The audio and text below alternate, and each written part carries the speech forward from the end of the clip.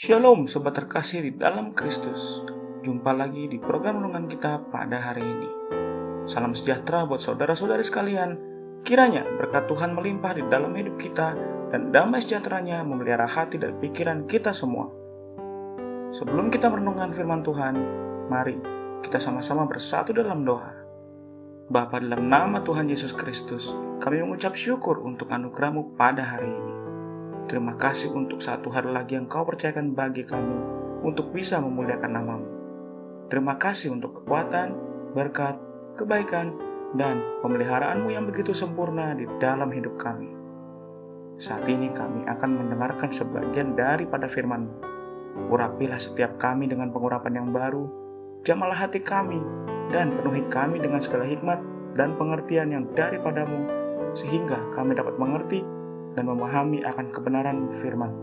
Terima kasih Bapa yang baik. Dalam nama Tuhan Yesus kami sudah berdoa. Amin. Tema renungan kita hari ini adalah transit. Dalam Yohanes 14 ayat yang kedua sampai ketiga. Inilah firman Tuhan. Di rumah Bapakku banyak tempat tinggal. Jika tidak demikian, tentunya aku mengatakannya kepadamu. Sebab aku pergi ke situ untuk menyediakan tempat bagimu. Dan apabila aku telah pergi ke situ dan telah menyediakan tempat bagimu, aku akan datang kembali dan membawa kamu ke tempatku, supaya di tempat di mana aku berada, kamu pun berada. Firman Tuhan ini meneguhkan kepada kita bahwa bumi yang saat ini kita tinggali adalah tempat persinggahan kita yang bersifat sementara.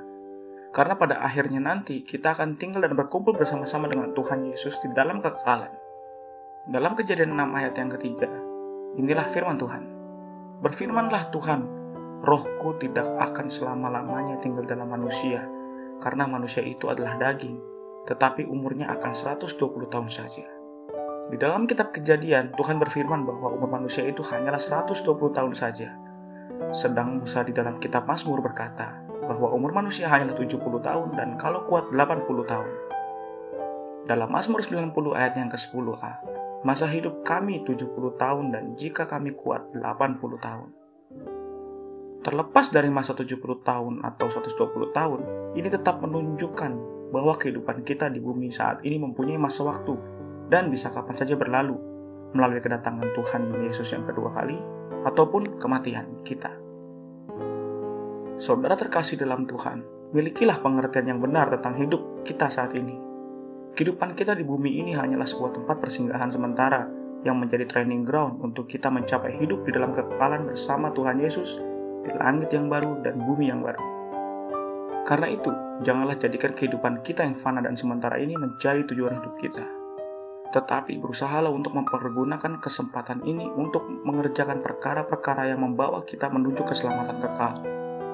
Sebagai ilustrasi, ketika kita akan melakukan penerbangan dari Jakarta menuju Antartika dan harus melakukan transit di Bali, maka yang harus kita persiapkan adalah kebutuhan kita di tujuan akhir, bukanlah di Bali yang hanya merupakan tempat transit kita.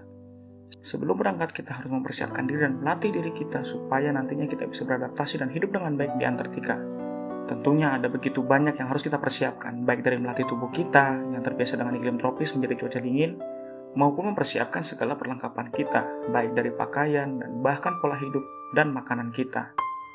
Begitu pula dengan kehidupan kita saat ini, ketahuilah bahwa kehidupan kita di bumi ini hanyalah bersifat sementara dan hanya merupakan tempat transit menuju kekekalan bersama Bapa.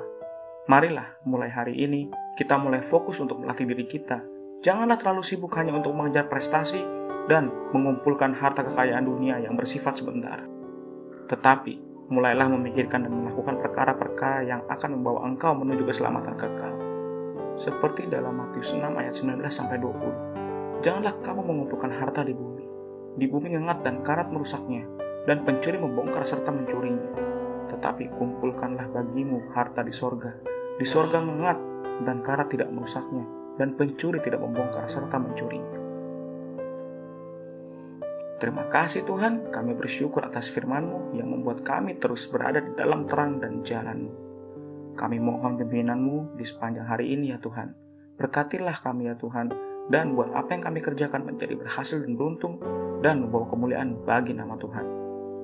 Kami berdoa untuk anak-anak-Mu yang saat ini mengalami sakit penyakit, masalah, dan pergumulan hidup. Kiranya Tuhan Engkau memberikan kesembuhan, kesehatan, kekuatan, jalan keluar, dan pertolongan-Mu yang ajaib.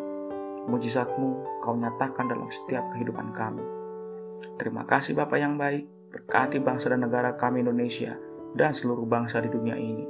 Curahkan kasih dan berkat-Mu agar setiap orang dari segala bangsa boleh percaya dan mengalami Engkau dalam kehidupan kami.